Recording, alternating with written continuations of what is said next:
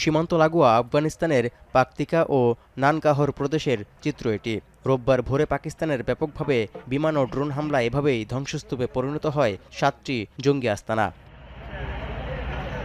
পাকিস্তানের তথ্য ও সম্প্রচার মন্ত্রণালয়ের দেয়া তথ্য বলছে, গত রাতে খাইবার পাখতুনখোয়ার বান্নুতে আত্মঘাতী হামলায় তাদের এক লেফটেন্যান্ট কর্নেল সহ ২ সেনা নিহত হয়। পরে সুস্পষ্ট তথ্যের ভিত্তিতে ভোরে আফগান সীমান্তের জঙ্গি আস্তানাগুলোয় নির্ভুল অভিযান চালায় তারা।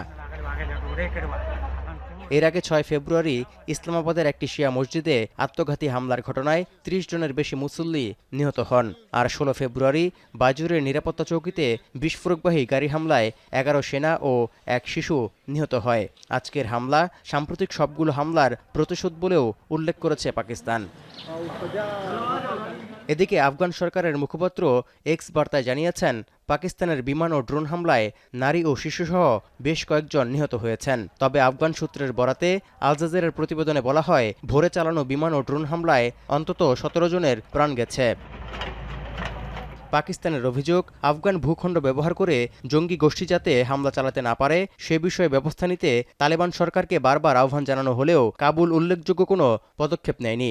এই অবস্থায় পাকিস্তান আফগানিস্তানের মধ্যে যুদ্ধবিরতি পুরোপুরি ভেস্তে যাওয়ারও শঙ্কা করা হচ্ছে, যেটি গত বছরের সংঘর্ষে বহু সেনা ও বেসামরিক নাগরিক হতাহতের পর কাতারের মধ্যস্থতায় কার্যকর হয়েছিল। তৌহিদুর রহমান, এখন বিশ্ব।